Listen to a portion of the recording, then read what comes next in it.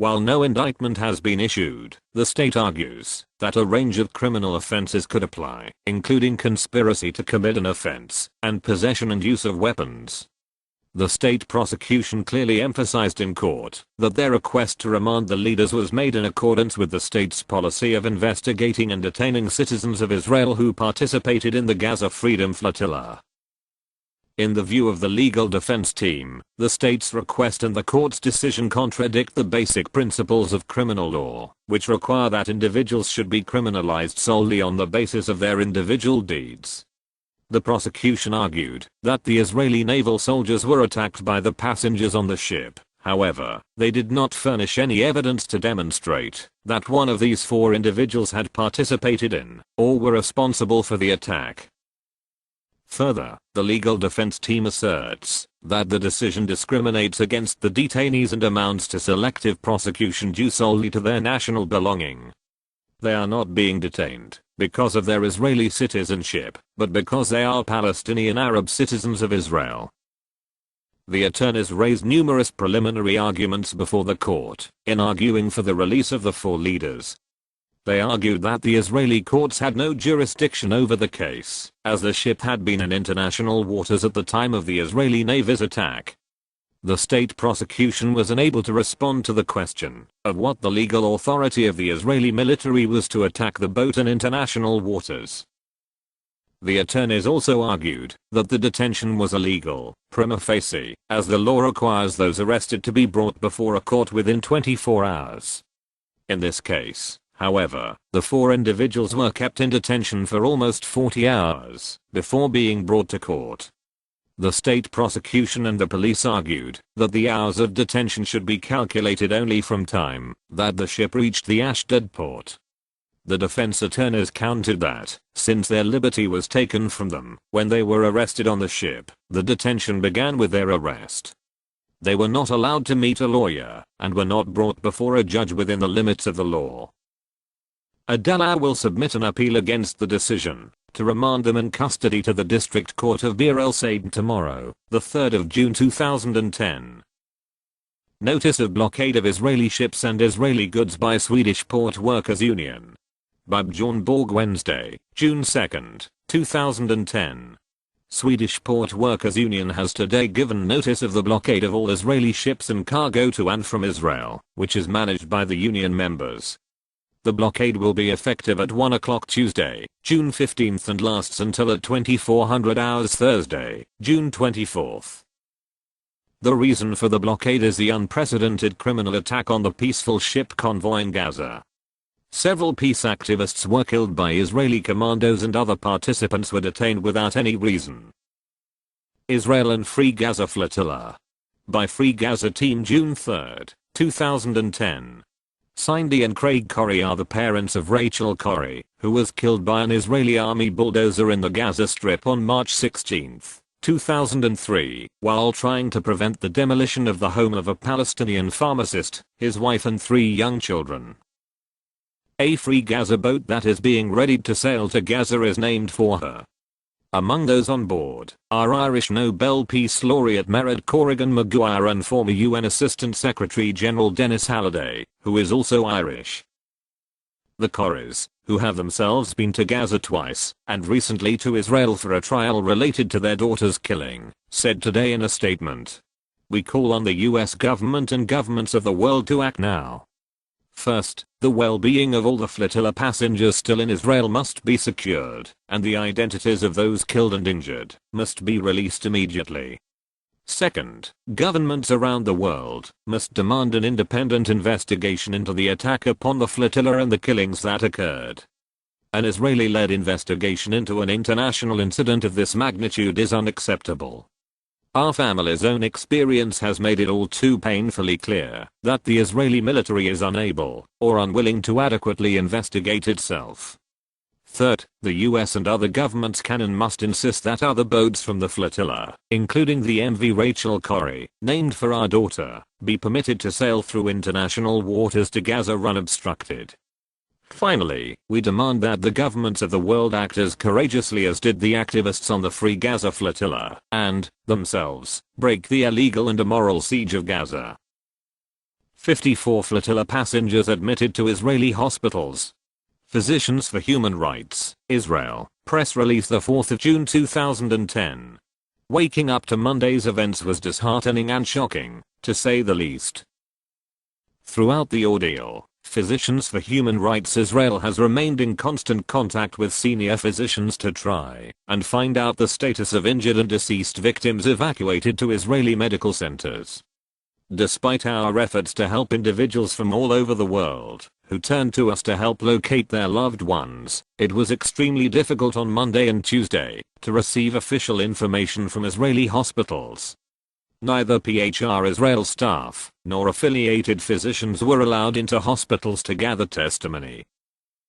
As a result of the lingering uncertainty, by Monday afternoon we issued an urgent letter to the Director of Medicine of the Israeli Ministry of Health and the Director General of the Foreign Ministry asking them to set up an emergency hotline for the families of the injured and deceased.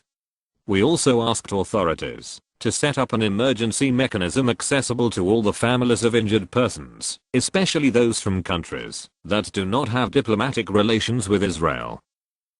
In Monday's waning afternoon hours, we submitted together with the DALA, the Legal Center for Arab Minority Rights in Israel and the Public Committee Against Torture, PCATI, a habeas corpus petition to the High Court of Justice, demanding information about the health and whereabouts of hospitalized passengers. Our petition received considerable local media attention. As a result of our petition, a list has been provided to Adala with the names of hospitalized flotilla passengers. Even with this list, it's still not possible to identify all of the passengers. Authorities provided names in Hebrew and did not include ID numbers or countries of origin. Yesterday morning, the Ministry of Health informed us that 54 flotilla passengers had been admitted to Israeli hospitals Sheba, Hadassah Ein Kerem, Rambam, Beilinson, and Barzilai, and that surgeries had been / were being conducted at Sheba and at Rambam hospitals. Last night, we received word that several patients were transferred from Beilinson Hospital to the medical facilities of the Israeli Prison Service. In addition, according to information we've received, passengers have been made to sign off on deportation orders written in Hebrew, without understanding what they are being asked to sign. As things stand today, we have yet to receive word from health officials regarding the establishment of an emergency hotline. We know that at least 31 flotilla passengers are still hospitalized, as well as 3 Israeli soldiers. We know that representatives from certain diplomatic missions visited hospitals both on Monday and Tuesday and that information on foreign nationals from countries without diplomatic ties with Israel is being coordinated by the ICRC. Since several individuals have undergone intensive care procedures, we feel it is crucial that families be able to reach their loved ones. For this reason, we've sent another urgent request to government officials demanding that families be notified of the medical status of their loved ones. In addition, yesterday we coordinated visits between lawyers and hospitalized flotilla passengers at the orthopedics unit at Beilinson Hospital. Asterisk articles can be found here. www.haaretz.co.il weblink, Hebrew, www.inad.co.il weblink, Hebrew, news.walla.co.il weblink 1,681,218. Hebrew. From Gilanorik, Director of Development, Physicians for Human Rights Israel. We believe that the violence and its tragic consequences necessitate an independent international investigation. The Israeli government should publicize all documentation of the events, including materials that have been seized from passengers. Furthermore, as Israeli citizens, we call for the establishment of a national commission of inquiry to look into the decisions leading up to the events, and for state actors take responsibility for their decisions. Israel's decision to stop the Free Gaza flotilla is further evidence of its ongoing control over the Gaza Strip. For the past 3 years, Israel has imposed a harsh and illegal blockade against the civilian population in Gaza amounting to collective punishment for political gain. This blockade includes limitations on the right to health, education, human and economic development, as well as a chronic dependence on foreign aid. These combined factors force the Gaza population to live their lives on the brink of perpetual humanitarian crisis. Through these actions, Israel violates the right of Palestinians to live in dignity, security, and freedom, and steers us further away from the possibility of a just and peaceful solution. We look forward to providing additional updates in the coming days, and appreciate your support. Sabotage on the High Sea. By Greta Berlin, Cyprus, June 4, 2010. Colonel Edzik Toerjman told the Knesset Defense and Foreign Affairs Committee on Tuesday that 2 more ships are on their way to try and break the naval blockade of Gaza.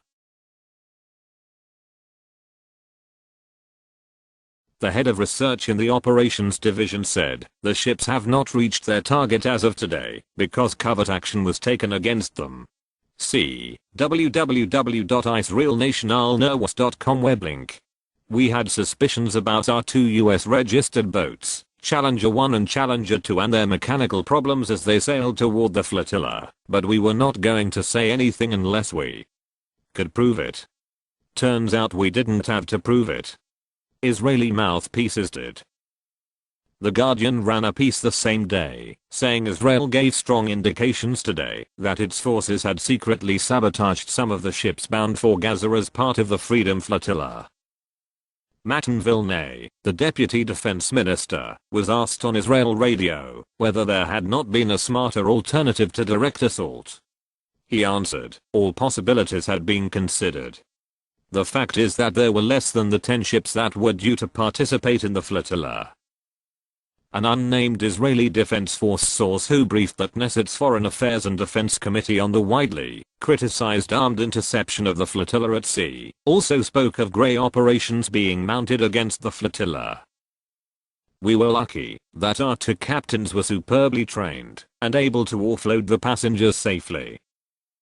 So we are going to make sure the Rachel Corrie is well protected, and that Israel is put on notice that anything that happens to her, the passengers and the crew will rest with Israel.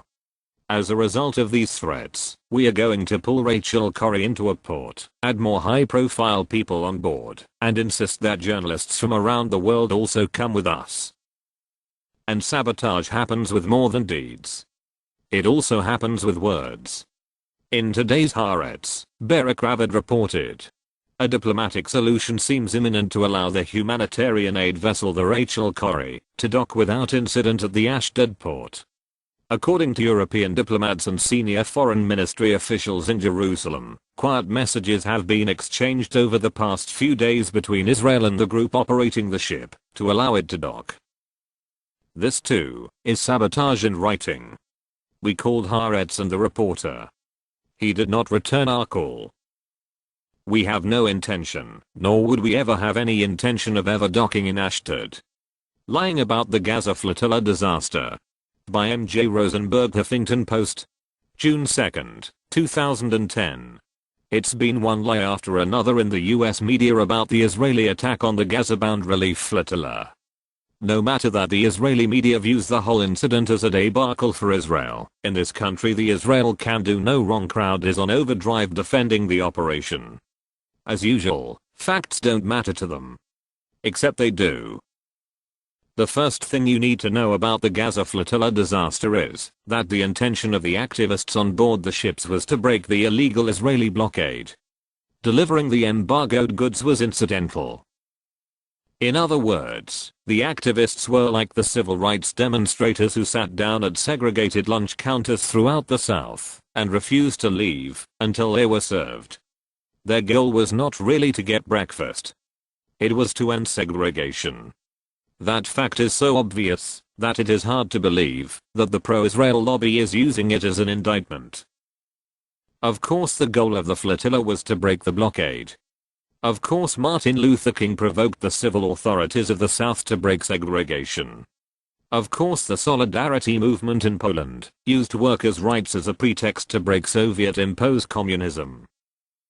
The bottom line is that the men and women of the flotilla had every right to attempt to destroy an illegal blockade that Israel had no legal standing to impose, and which was designed to inflict collective punishment on the people of Gaza. There is no truth to the story that Israel would have delivered the goods on the ships to Gaza if asked. The Israelis never made that offer, and, judging by years of precedent, would have blocked any delivery.